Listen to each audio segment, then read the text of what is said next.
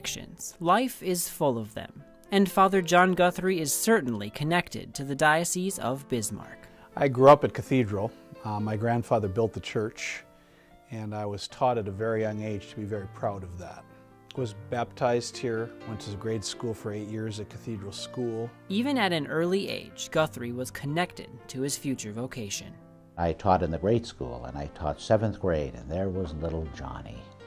And my memory of him was, I guess, his brightness, his enthusiasm, and of course his interest in the religion class I was teaching. I started when I was in 2nd grade, celebrating Mass, so to speak, on the piano bench at home, using a Ritz cracker for the host. He would get on his little vestment that somebody had given to him, and he would get all of us together.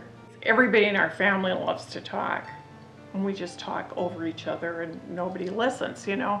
And here he is, the youngest child, you know, trying to get a word in with this very boisterous, loud family. I would get up on the banister and preach, and the living room would scatter. As he grew, Father John, the youngest of 8 Guthrie children, began connecting with God. He was older than he should be, you know, for his age. He was kind of an old soul, is what I'd call him. I remember him often just hanging around my apartment there at the high school. Sometimes I thought he had more interest in or even knew more than I did about things religious. After his ordination in 1990, Guthrie began his work as a parish priest, seeking to connect with God's people and beginning to leave an impact on those he would serve. John has that ability to, I think, make people just feel connected with him. At least I always felt that. That when I was in his presence, I had his attention, that I had his concern and care and interest, and that what I said was significant to him.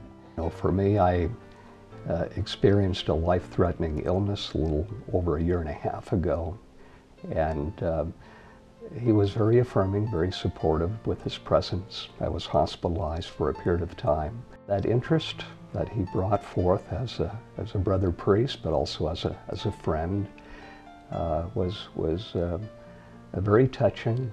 And he was there for me at a time where I couldn't do much on my own. He gives anyone who comes to him his complete and full attention.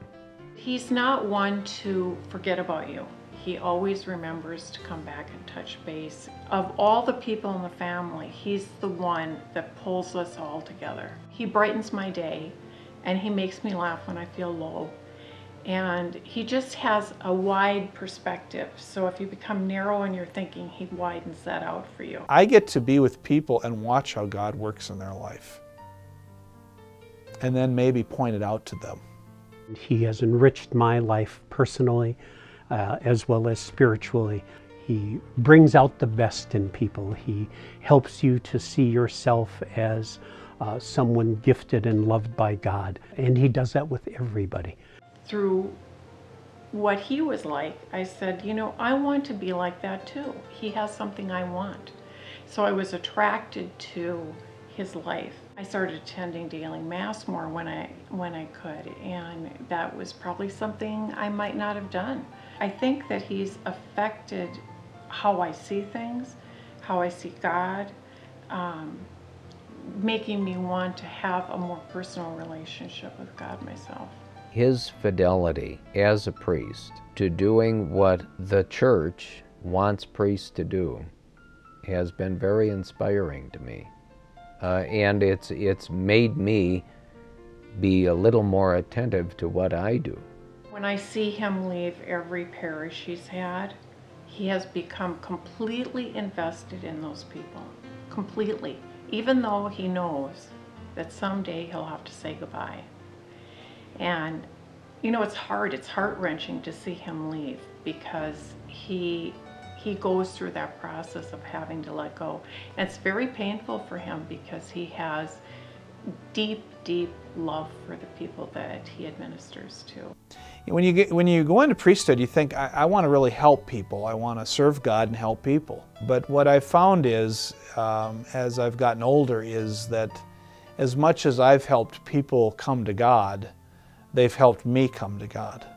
And I grow in my holiness because of their holiness. So he lets God work on him.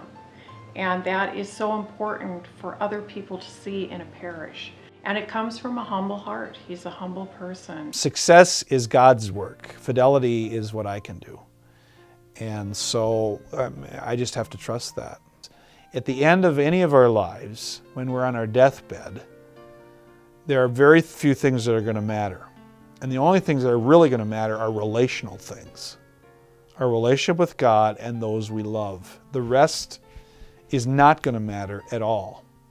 And I've been blessed, if I were to die today, I've been blessed with just some wonderful people that have touched my life, and I hope that I've been able to touch theirs.